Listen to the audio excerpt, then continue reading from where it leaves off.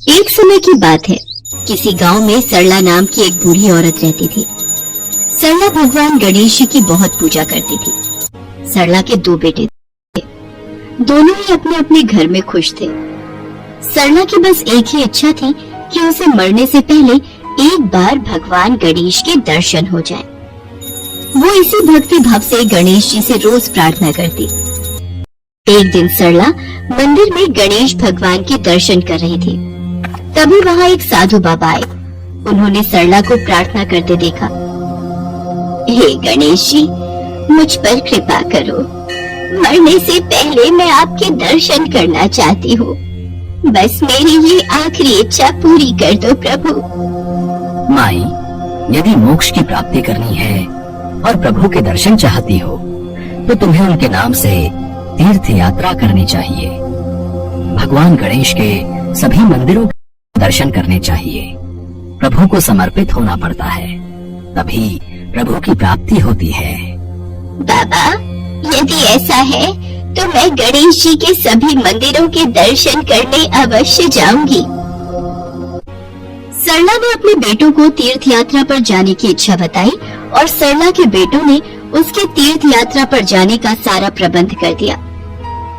माँ, ये रही आपकी तीर्थ यात्रा की टिकट। माँ, तुम अकेले सफर कैसे कर पाओगी? हम में से कोई आपके साथ चल देता। नहीं मेरे बच्चों, तुम यहाँ रहकर अपना परिवार और घर गृहस्थी संभालो। माँ जी, आपकी बहुत याद आएगी। माँ जी, जल्दी लौटना, हम आपकी राह देखेंगे। सरला अपने बच्चों से इस प्रकार गले मिलकर गई जैसे वो वापस कभी न लौटने वाली हो। सरला देश के प्रसिद्ध गणेश मंदिरों के दर्शन करती और गणेश जी के नाम का जाप करती रहती। ओम श्री गणेशाय नमः, ओम श्री गणेशाय नमः, ओम श्री गणेशाय नमः। ऐसे ही शहर शहर मंदिर मंदिर घूमते हुए एक दिन सरला गणेश मंदिर के दर्शनों के लिए प्रतीक्षा में थी। बारिश भी उस दिन तेज थी। वो मंदिर के बाहर एक धर्मशाला में रुक गई। वहीं उसकी मुलाकात 2 और महिलाओं से हुई जो उसी की तरह बूढ़ी थी।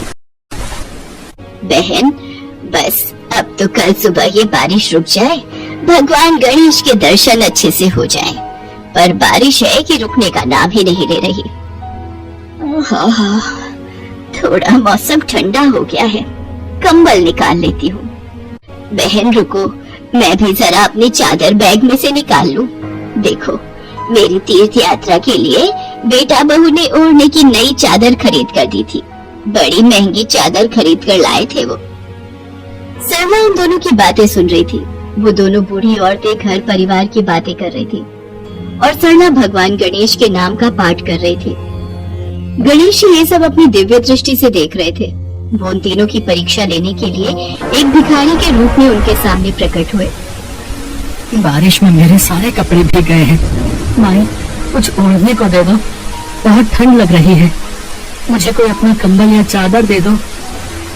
ये भिखारी कहीं मेरा ही कंबल ना मांग ले। गहरी नींद में सोने का नाटक करती हूँ। मेरी चादर बिल्कुल नहीं है। अगर इस भिखारी ने मुझसे मेरी चादर मांग ली तो मैं क्या ओढ़ूंगी? वैसे भी मेरी ये चादर नहीं है। अभी तो ना जाने कितने साल और इस चादर का इस्तेमाल करूंगी। ना ना ना, मैं तो अपनी चादर इस भिखारी को नहीं दूंगी। मैं भी सोने का नाटक करती हूँ, नहीं तो मेरी नई चादर हाथ से छिन जाएगी। सरला ने देखा भिखारी ठंड से ठिठुर रहा है। वो भिखारी से बोली, बाबा चिंता मत करो, मेरे पास ये स्वेटर है, मैं इसे पहन लूंगी। आप मेरा कंबल ले जाओ। वैसे भी मेरा यहाँ आखिरी दिन है, कल की कल देखी जाएगी। ये लो बाबा, कंबल ओढ़ लो। जैसे ही सरला ने साधु को कंबल दिया, साधु रूप में भगवान गणेश उसके सामने प्रकट हो गए। प्रभु, आपके दर्शन करके मैं धन्य हो गई। सरला, मैं तुम्हारी भक्ति से बहुत प्रसन्न हूँ। तुम मेरी परीक्षा में सफल हुई हो। मांगो, तुम्हें क्या चाहिए? मैं तो बस आपके दर्शन करना चाहती थी और मेरी कोई इच्छा नहीं है। मुझे अपने चरणों में स्थान दीजिए प्रभु। सरला ने भगवान गणेश के चरण छुए और उसके प्राण पखेरु उड़ गए। सरला को लेने के लिए स्वर्ग से विमान आया, जिसमें उसकी आत्मा भगवान गणेश के साथ स्वर्ग लोक चली गई। अगले दिन उन दोनों औरतों ने सरला को जगाने की बहुत कोशिश की, पर सरला तो प्रभु गणेश में विलीन हो चुकी थी। उसका नश्वर शरीर ही धरती पर रह गया था। उसकी आत्मा को मोक्ष मिल गया था। आसपास के लोगों ने देखा, सबने यही कहा, सरला तो भगवान के द्वार चली गई है। वो दोनों औरतें मंदिर में दर्शन करके अपने अपने घरों को लौट गई। सरला के बेटा बहू ने सरला का अंतिम संस्कार किया। वो जानते थे उनकी माँ की आत्मा को भगवान गणेश ने मोक्ष प्रदान किया है।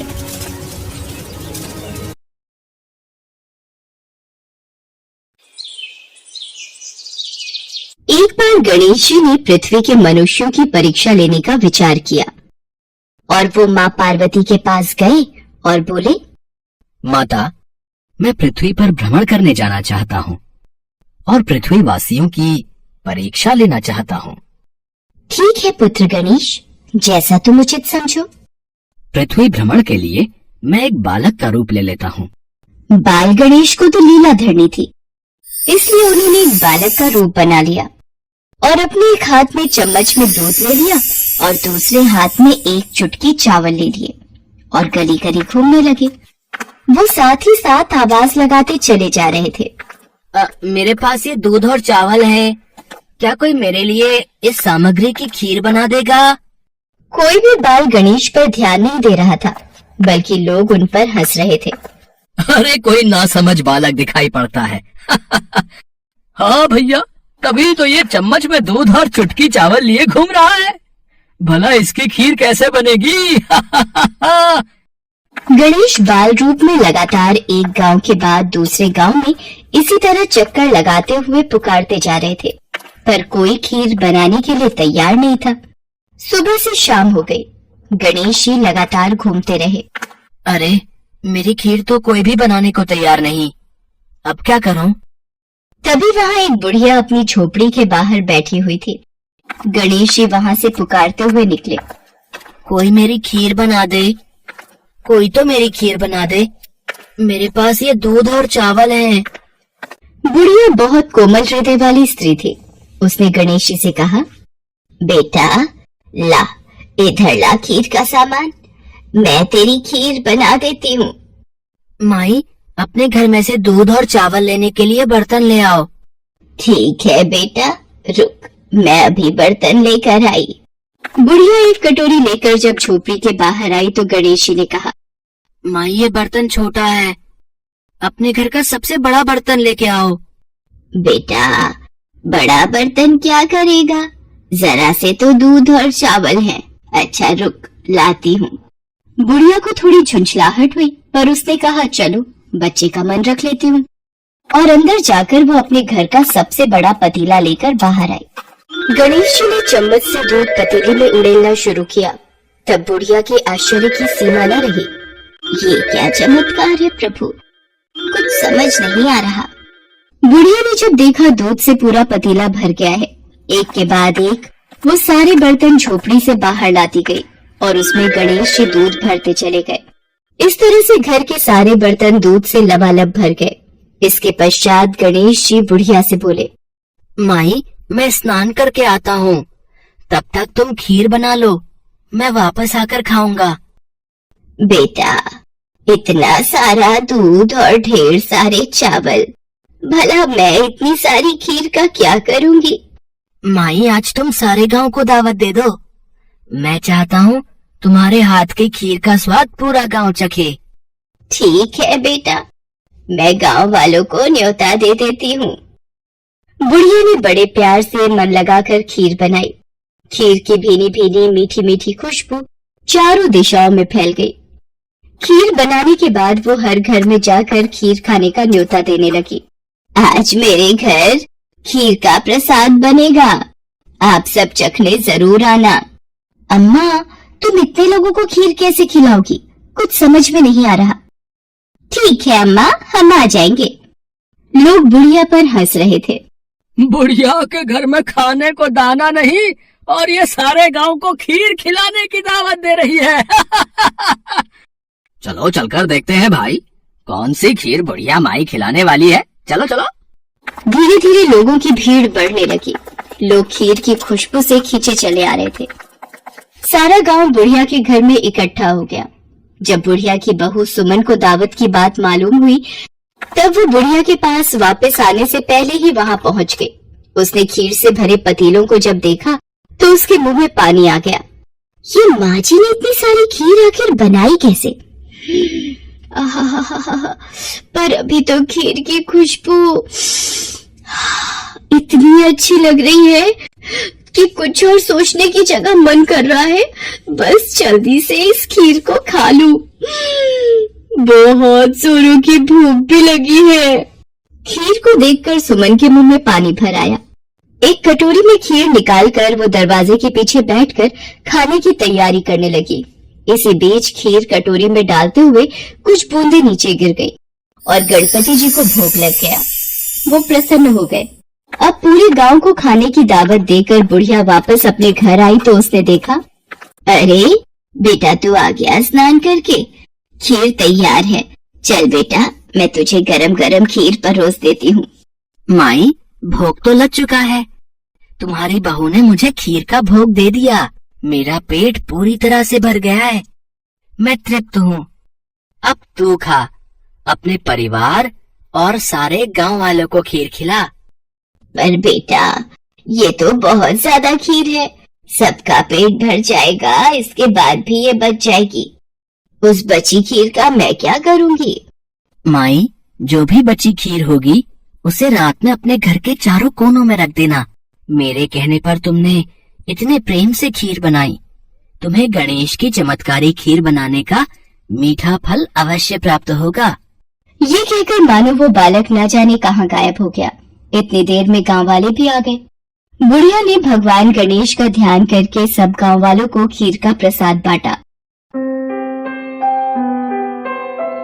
जब सारा गांव जी भर कर खीर खा चुका, तब भी ढेर सारी खीर बच गई।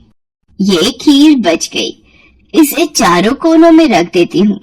अगली सुबह बुढ़िया जब सोकर उठी, हे गणेश, हे गजानन, गणपति महाराज, ये मैं क्या देख रही हूँ? पतीलों में खीर के स्थान पर हीरे जवाहरात और मोती भर गए हैं। विघ्नहर्ता गणेश जी उस बालक के रूप में स्वयं आप ही आए थे। आप तो मेरे जीवन के बारे न्यारे कर गए प्रभु। बुढ़िया को दयालुता का फल मिल गया। उसकी सारी दरिद्रता दूर हो गई और वो आराम से रहने लगी। बुढ़िया ने गणपति जी का एक भव्य मंदिर बनवाया और साथ में एक बड़ा सा तालाब भी खुदवाया। इस तरह उसका नाम दूर दूर तक प्रसिद्ध हो गया। उस जगह वार्षिक मेले लगने लगे। लोग गणेश जी की कृपा प्राप्त करने के लिए उस स्थान पर पूजा करने और मान्यताएं मानने के लिए आने लगे। भगवान गणेश को विघ्नहर्ता और सुखकर्ता कहा गया है।